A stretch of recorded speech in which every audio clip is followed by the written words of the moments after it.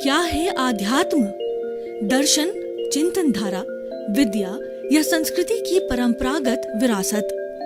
आध्यात्म दर्शन यानी जीवन का शाश्वत सत्य। मानव जीवन से जुड़े शाश्वत सत्यों को जानिए और समझिए उपासक डॉक्टर सोहन राज तातेड़ से हमारे खास कार्यक्रम आत्मविज्ञान में। आत्मविज्ञान यानी सही दृष्टि, सही सोच। भाई और बहनों, मातृशक्ति को नमन। चैनल 24 न्यूज़ प्लस के आध्यात्मिक कार्यक्रम आत्मविज्ञान साइंस ऑफ द सोल में आपका हार्दिक स्वागत है, अभिनंदन है, सत्कार है। आत्मविज्ञान कार्यक्रम के तहत हम आपको सही दृष्टि, सही सोच, राइट विजन, राइट थिंकिंग के तहत आपकी जो रॉन्ग बिलीफ है उसको राइट बिलीफ में बदलने के लिए आए हैं। आपके जितने नकारात्मक भाव है उसको तिरोहित करके हम सकारात्मक भाव बनाना चाहते हैं। कुल मिलाकर आपका भविष्य सुंदर बनाना चाहते हैं। आपके जीवन की हम सार्थकता बनाना चाहते हैं और हम उस मायने में सेवा करना चाहते हैं कि इंसान सुधरे, इंसान में इंसानियत आवे, मानवता आवे और वह सुख से जीवन यापन करे और औरों को भी सुख से जीवन जीने दिए। वो कोई अनैतिकता की जो दिशा के अंदर नहीं जाए। इसीलिए हम जो है आत्मविज्ञान कार्यक्रम जो प्रस्तुत कर रहे हैं, और ये कार्यक्रम इतना पॉपुलर क्यों हो रहा है, इसका कारण ये कि इसके केंद्र में आत्मा है। हर मनुष्य के केंद्र में या मनुष्य के शरीर में आत्मा है। आत्मा प्राइम इम्पोर्टेंट है। आत्मा है तो सब है और आत्मा नहीं है तो जीरो है। ये जड़ शरीर जलाने योग्य है। तो इसी क्रम के अंदर आज ही इसी से जुड़ा हुआ हमारा बहुत ही सुंदर विषय है कि आत्मा से परमात्मा कैसे बने। भाई और बहनों, बहुत ही सुंदर विषय है और ये विषय हमारे जीवन को लक्षित करता है। हमारे जीवन का लक्ष्य होना चाहिए कि हम आत्मा से परमात्मा बने। हमारी भारतीय संस्कृति में 4 तरह के पुरुषार्थ बताए गए हैं: काम, अर्थ, धर्म और मोक्ष। और इन 4 पुरुषार्थ के अंदर काम और अर्थ हमारे जीवन की आवश्यकता है, हमारे समाज की आवश्यकता है, हमारे परिवार की आवश्यकता है। इससे परिवार संचालित होता है और सारा विश्व चलता है और जितना लौकिक जगत है उसका संचालन है काम और अर्थ के बारे में होता है। इसीलिए इसकी ट्रेनिंग की आवश्यकता नहीं है। अब जो तीसरा जो तत्व है वो धर्म है। काम और अर्थ नदी का एक तट है और जो हमारी मंजिल है, जो हमारा साध्य है, वो है मुक्ति, वो है परमात्मा बनना। तो वो हमारा साध्य है और उसके बीच के अंदर जो ब्रिज है वो धर्म है। धर्म, काम और अर्थ को जो है वो शुद्ध करके और मुक्ति की ओर ले जाने की प्रक्रिया है। तो वही आज का हमारा विषय है। तो हम अपने जीवन का लक्ष्य बनावें कि हमको आत्मा से परमात्मा बनना है। इसके लिए हमको दृढ़ संकल्प की आवश्यकता होगी। हमें शुभ भाव लाने पड़ेंगे, हमें जागृति रखनी पड़ेगी, हमें 24 ये लक्ष्य हमारे केंद्र में रखना पड़ेगा कि मुझे आत्मा से परमात्मा बनना है और ये पता करना है कि आज मेरी क्या स्टेज है और उसे परमात्मा बनने की प्रक्रिया समझनी पड़ेगी। वही प्रक्रिया बनने के लिए बताने के लिए हम आपके पास में आए और ये एपिसोड लिया है। देखिए कि हमारी आत्मा जो हमारे शरीर में है, ये 84 लाख जीवा योनि के अंदर वही आत्मा जो है निवास करती है।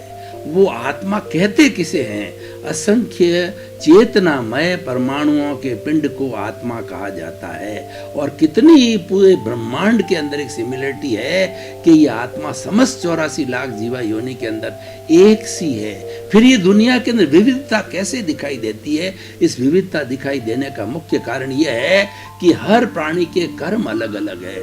हर प्राणी अलग अलग कॉज डालता है। कॉज डालने से कर्म बनता है। वो कॉज डाले जाते हैं राग द्वेष से। तो कहने का अर्थ ये है सबकी जड़ है वो राग द्वेष है। राग द्वेष से वशीभूत होकर के कोई भी प्राणी जो है वो नए बीज डालता है, कर्म बीज डालता है। उससे अगले भव के अंदर जाकर के कर्म फल बनता है और कर्म फल से जो है हमको परिणाम मिलता है। कर्म परिणाम बोलते हैं जिसको, उससे सुख दुख की अनुभूति होती है। हम जीवन के हर क्षण के अंदर सुख दुख की अनुभूति महसूस करते हैं। कभी सुख आया और वो भी स्थायी नहीं होता है, उसके बाद के अंदर दुख आ गया, दुख चला गया तो सुख आ गया। हर संयोग के साथ वियोग जुड़ा हुआ है। ये शाश्वत सत्य है, कुदरत का कानून है। ये अल्टीमेट ट्रुथ है कि स्थायी कोई चीज़ नहीं स्थायी है, केवल आत्मा तत्व स्थायी है।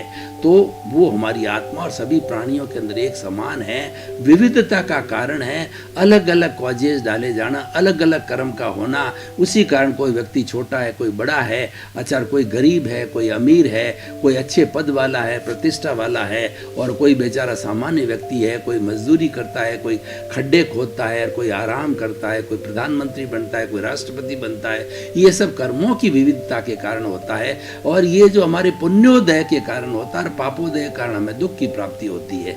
तो इस तरीके से आत्मा की ये परिभाषा हुई है। और उसके साथ साथ के अंदर आत्मा जो है वह उसके 9 कैरेक्टरिस्टिक जो है हमारे आगमों के अंदर बताए गए हैं, 9 प्रॉपर्टी उसकी बताई गई, 9 लक्षण बताए गए हैं। और वो 9 लक्षण जो है विज्ञान भी मानता है।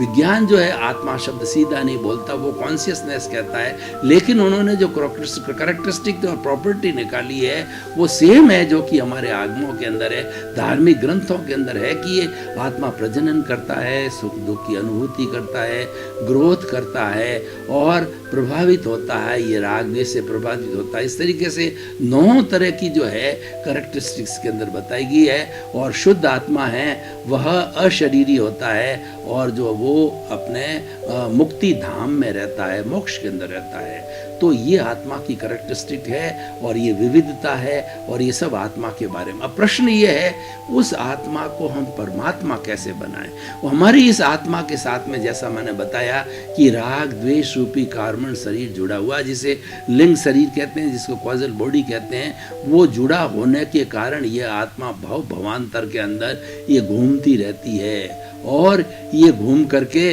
और जो है अपने सुख दुख की अनुभूति करती है, ये भव भवांतर के अंदर जाती है। तो हम जो है जब भव भवांतर में से इसका छुटकारा कैसे पाएं, तो उसके लिए हमें चिंतन करना है कि हमारी आत्मा की कुल 3 स्टेजेस कही जाती है। आत्मा वही है लेकिन इसकी मुख्य रूप से 3 स्टेजेस है, और भी कई स्टेजेस ज़्यादा हो सकती है। मुख्य रूप से 3 स्टेजेस बताई गई है। पहला जीवात्मा, हमारी आत्मा की निम्न अवस्था होती है और जीवात्मा वाला जो व्यक्ति होता है, वो प्राणी होता है, वह अपने स्वार्थ के दायरे में रहता है, स्वार्थ की चेतना में रहता है। वो भी बुरा नहीं है, लेकिन वो अपनी बुद्धि का उपयोग केवल अपने स्वार्थ के लिए करता है। मैं, मेरा घर, मेरा परिवार, मेरी धन, मेरा दौलत और जो है मेरी पद, मेरी प्रतिष्ठा, और उसके अंदर मैं और मेरा तक सीमित रहता है। उस दायरे के बाद के बाहर नहीं जाता है कि आत्मा का मुख्य लक्षण क्या है वगैरह, कोई चिंतन, धार्मिक क्रिया वगैरह का कोई चिंतन नहीं रहता है। और जिंदगी भर इसमें ऐश आराम करके और अपना आयुष्य के अधीन जो है ये जो जीता है, जो आयुष्य संपन्न होता है, तो व्यक्ति जो इस रंगमंच के ऊपर जो है अपना जो रोल खेल करके और चला जाता है। रंगमंच यह जगत है और कर्म खिलावन आहार और नाना रूप बनाए के चेतन खेलन आहार।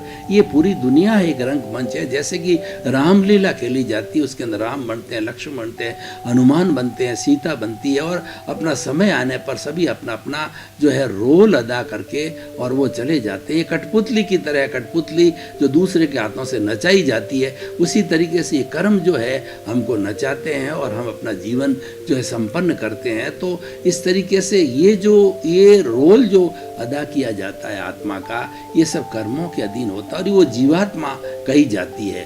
तो जीवात्मा के बाद के अंदर किसी व्यक्ति को ज्ञानी पुरुष मिल जाए। अब देखिए टर्निंग पॉइंट ये है, आदमी का जो है अवचेतन मन है, उसके अंदर रूपांतरण होता है और पुण्योदय आना चाहिए। जब पुण्योदय होता है तो अच्छा गुरु मिल जाता है, अच्छा ज्ञानी पुरुष मिल जाता है। तो ज्ञानी पुरुष क्या है कि वह इसकी स्वार्थ की चेतना को परार्थ की चेतना के अंदर बदल देता है। वो किस तरीके से बदलता है कि ज्ञानी की बड़ी कृपा से ज्ञानी अनुभवी होते हैं और वो लोक कल्याण का काम करते हैं और हमारा अच्छा उपादान होता है, हमारे पुण्योदय होते हैं, तो उस ज्ञानी की शरण में जाते हैं। तो ज्ञानी क्या करते हैं कि भेद विज्ञान करते हैं, वीतराग विज्ञान करते हैं, अक्रम विज्ञान करते हैं कि वह भेद विज्ञान के अंदर आत्मा को अलग और शरीर को अलग कर देते हैं। उसके अंदर एक तरह की ऐसी चेतना, ऐसी जागृति पैदा करते थे, ऐसी प्रतीति पैदा कर देते हैं कि मैं तो शुद्ध आत्मा हूँ और मैं तो ज्ञाता हूँ, मैं तो दृष्टा हूँ, मैं तो जानने वाला हूँ, मैं तो देखने वाला हूँ। और भेद विज्ञान का दूसरा पार्ट ही शरीर बना देते हैं और उसके बीच के अंदर जो इन दोनों को जो जोड़ने वाला तत्व है वो है अहंकार। वो है हमारा कषाय, वो है हमारा मोह, उसको भस्मीभूत कर देते हैं। भस्मीभूत कैसे करते हैं कि कालबेलिया होता है तो बड़े जो है जहरीले सर्प की जो थैली होती है, उसको थैली को काट करके उसको विषहीन बना देते हैं, और विषहीन बना करके और वो जो है अपने पिटारे के अंदर डाल करके और सपेरे जो है अपना जीवन यापन करते हैं। अपने से उस नाग को अपने पर डसाते हैं, लेकिन उसका कोई असर नहीं होता है, क्योंकि उस नाग में से जहर की थैली निकल गई। तो ठीक उसी तरीके से ज्ञानी पुरुष जो हमारे भीतर जहर है, हमारे भीतर कषाय का जहर है, अहंकार का जहर है, राग द्वेष का जहर है, क्रोध मान माया लोभ का जहर है, उस जहर की थैली को निकाल देते हैं। और उसको निकाल करके, जैसे किसी व्यक्ति के गांठ होती है और गांठ दर्द करती है, तकलीफ करती है, तो और पस का पस बन जाता है, उस पस की थैली को काट दिया जाता है ऑपरेशन करके, और जो उस गांठ को काट दिया जाता है तो व्यक्ति सुकून महसूस करता है, शांति महसूस करता है, आनंद की अनुभूति करता है।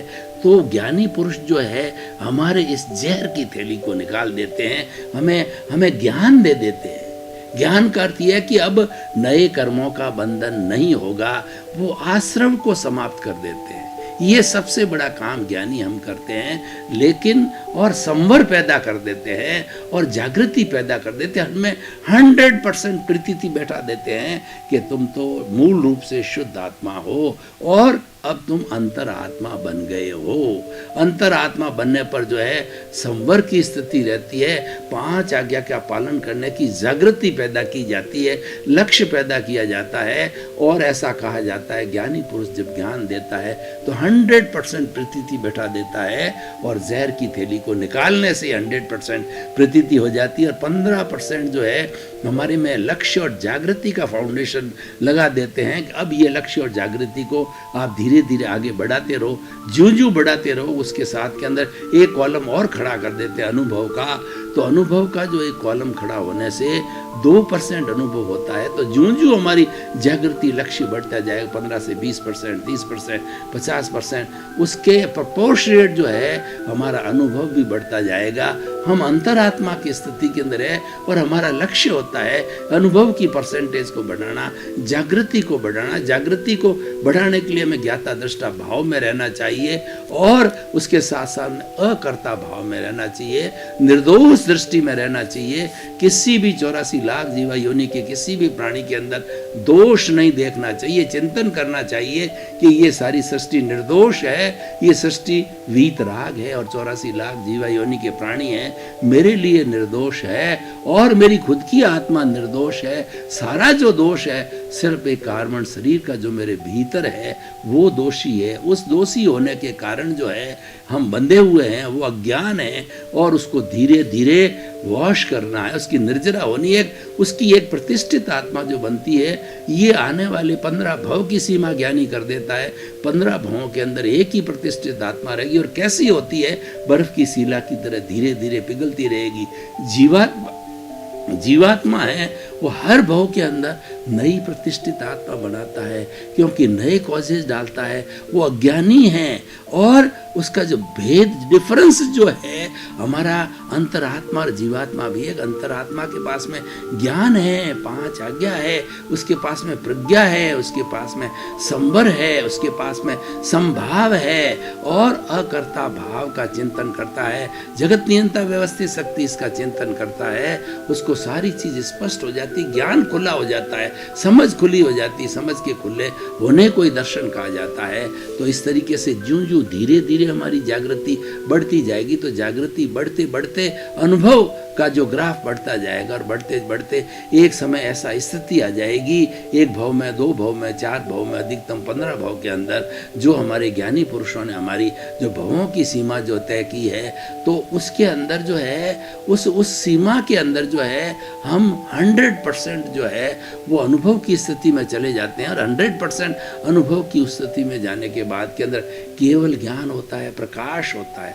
प्रकाश इसलिए होता है कि जो वीतराग आत्मा है उसके संपूर्ण कर्मों का नाश हो जाता है, कि केवल एक आयुष्य खुला रहता है। और शरीर है तो मन वचन जो काया के शुभ योग रहते हैं, क्योंकि शरीर है पर उनका सारा शुभ योग होता है। एक समय के अंदर वो कर्म बनता है और इसको इरियापथिक जो है वो कर्म बंधन कहा जाता है। दूसरे क्षण जो है वो कर्म जो है वो भोग लिया जाता है और आयुष्य रहने तक वो केवली रहता है। जैसे भगवान महावीर को जो है वो 42.5 साल की अवस्था के अंदर इनको जो है केवल ज्ञानी बन गए थे और वो 72.5 साल तक जो है जीवित रहे। तो उन्होंने 30 वर्ष तक जो है वो केवल ज्ञानी के रूप में, तीर्थंकर के रूप में प्रचार प्रसार किया और बहुत से प्राणियों को सम्यक दर्शन दिया। सम्यक दर्शन और ज्ञान देना वो एक ही बात है, ये मोक्ष की नींव है। सम्यक दर्शन होने से हमारा जो अहंकार है, क्रोध अहंकार माया लोभ है, वो हमारा वो डिस्चार्ज रूप में रह जाता है, चार्जिंग पॉइंट हट जाता है। ये एक सबसे बड़ी विशेषता होती है। ज्ञानी पुरुष का उपकार होता है कि हमारे मन वचन काया रूपी जो 3 बैटरी है वो चार्जिंग पॉइंट परमानेंटली हटा देते हैं। कषाय का नया चार्ज नहीं होता है, नई प्रतिष्ठा आत्मा नहीं बनती है और वही जो है वो हमारा जितना कर्म बाकी है बर्फ की शिला की तरह वो धीरे धीरे पिघलता रहेगा और हम उतने जन्मों के उसको खपा लेंगे। तो भगवान महावीर ने जिस तरीके से जो है वो 30 वर्ष तक केवल ज्ञान का उपयोग जो है लोक कल्याण के लिए किया और 72 वर्ष का उनका आयुष्य था, संपन्न करके वो सिद्ध बुद्ध और मुक्त बने 14वें गुण स्थान के अंदर पहुंच करके, तो वो परमात्मा बन गए। और वैसे कहा जाए तो केवल ज्ञान होते ही परमात्मा बन जाता है, क्योंकि उनका मोक्ष निश्चित है। केवल उनका आयुष्य संपन्न नहीं हुआ है, वो आयुष्य के लिए जो उनको रुकना पड़ता है, तो वो परमात्मा की स्थिति केवल ज्ञान की अवस्था आ जाती है। केवल ज्ञान वो एक ऐसा सूर्य का आलोक है, ज्ञान का आलोक है, जिसके अंदर भूत भविष्य वर्तमान और जड़ और चेतन की हर स्थिति हर अवस्था का उनको पता रहता है।